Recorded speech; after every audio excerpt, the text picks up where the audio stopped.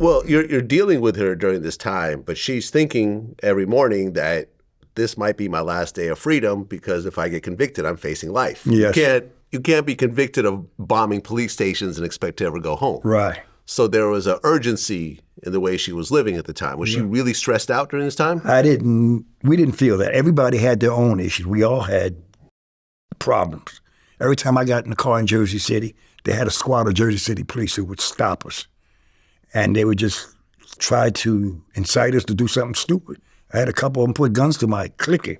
I guess they expected me to, I don't know what they expected, but if you're going to do whatever you're going to do to me, then do it. I'm not giving you the satisfaction of asking you for anything.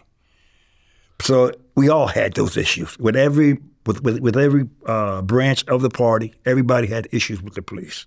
The police thought it was their duty to harass and do stuff to us. Well, in February of 1970, the pre-trial started. The actual trial commenced in September of that year.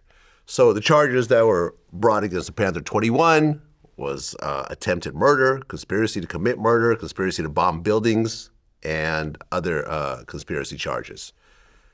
Afeni actually represented herself. Yes, she did. In trial. Yes, she did.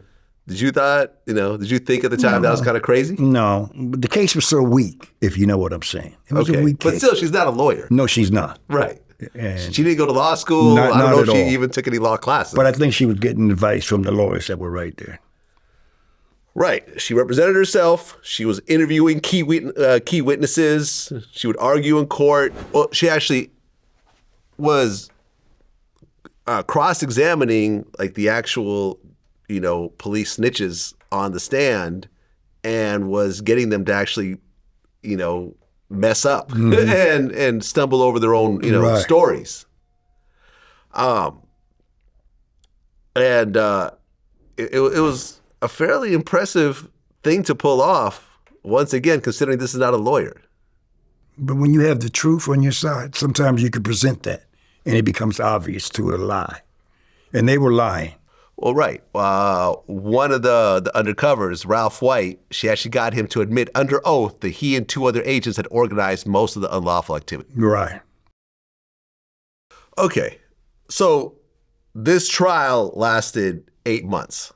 Yes, approximately. It was the longest trial at the time in New York State history.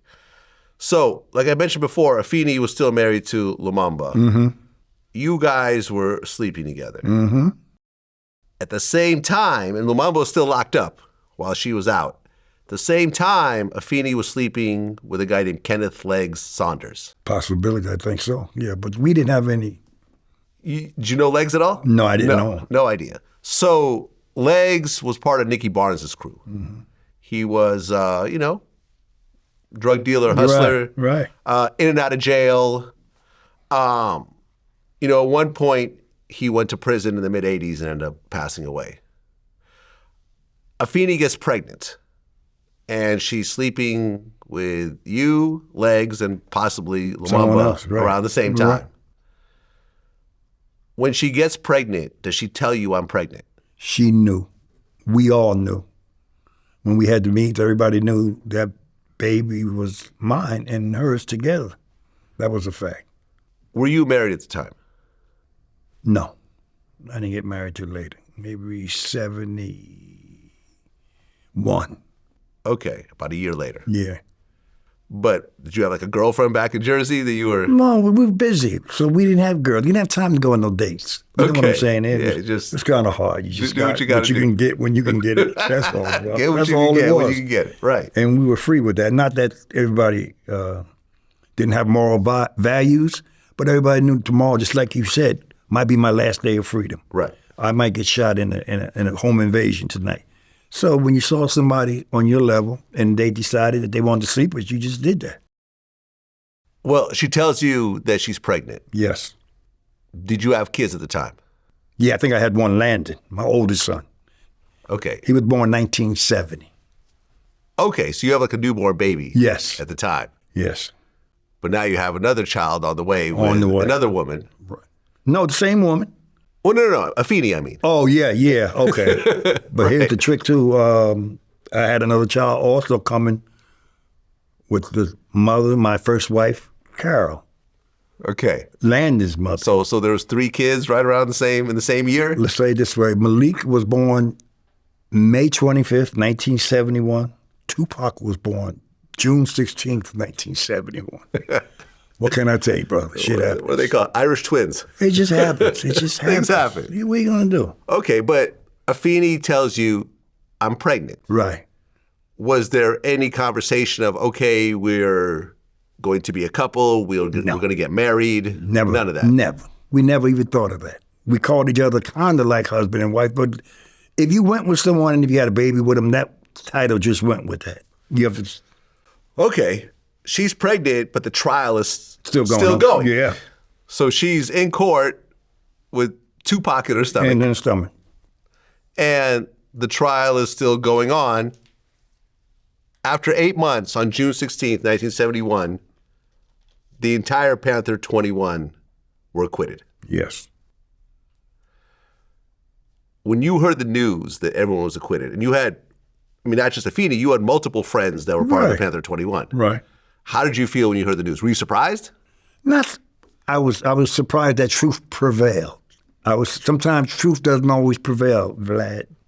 You know, even though you're innocent, doesn't necessarily mean you're going to get off the charges.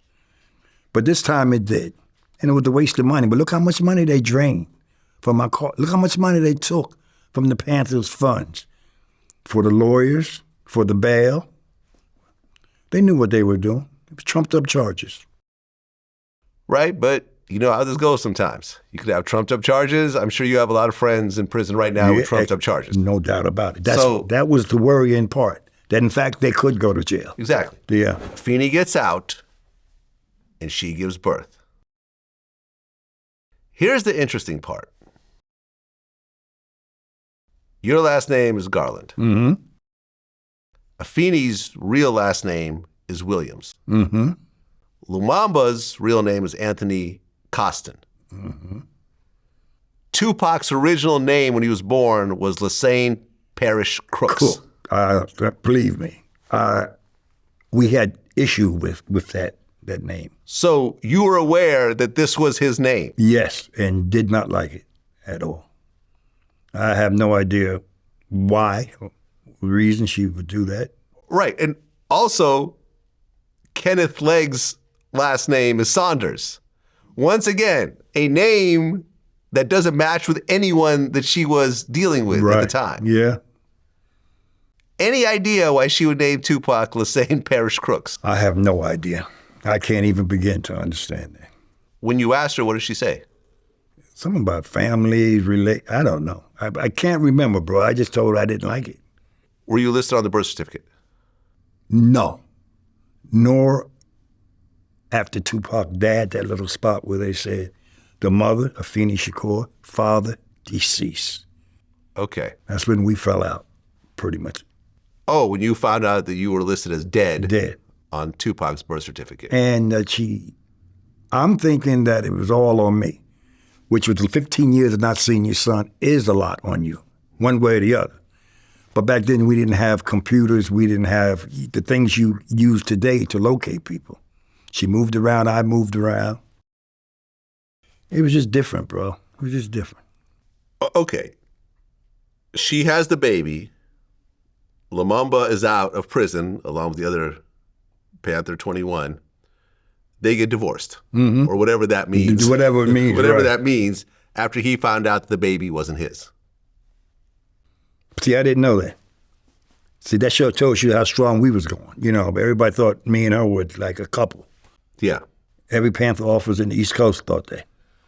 Right. Well, Pac's original name was, Lassane Parish Crooks, but later on, he was renamed to Tupac Shakur. Tupac Amora Shakur. Amora Shakur, right. Exactly. So she takes the name of her husband at the time, even though it's not his baby. Right, exactly. This is really a hot mess. Yes, I think so too, bro. This is really, and it gets more complicated as the story goes on, and I'll get into this. Okay, so according to you, when Pac was about 3 years old, you guys did spend time together. Oh, yeah, he would come over to Jersey City and stay with his brothers and sisters. I was married at the time. And he would stay weeks, and we would have a good time. Then I would take him back to the Bronx. And then we might repeat that 1 or 2 times more, but then things happen. Things happen. We just weren't getting along. I don't know if she wanted more from me that I didn't have to offer. I'm not sure. But we all just got through with the party. We were all adrift. We didn't have regular jobs. We didn't think we could get regular jobs. None of us thought we would live long as my son lived, 25. I know I didn't. So we had no reflection to the future. We never thought we would get this far. So things were difficult. You know what I mean?